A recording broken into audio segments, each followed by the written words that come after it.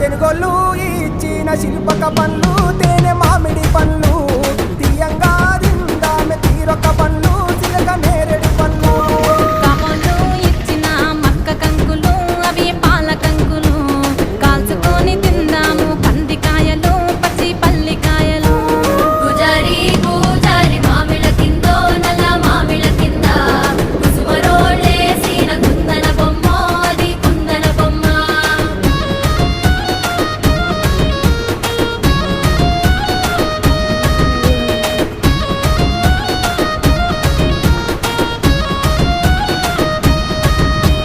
బెస్తోలు పెట్టిన పచ్చి చేపలు అవి వట్టి చేపలు కమ్మంగా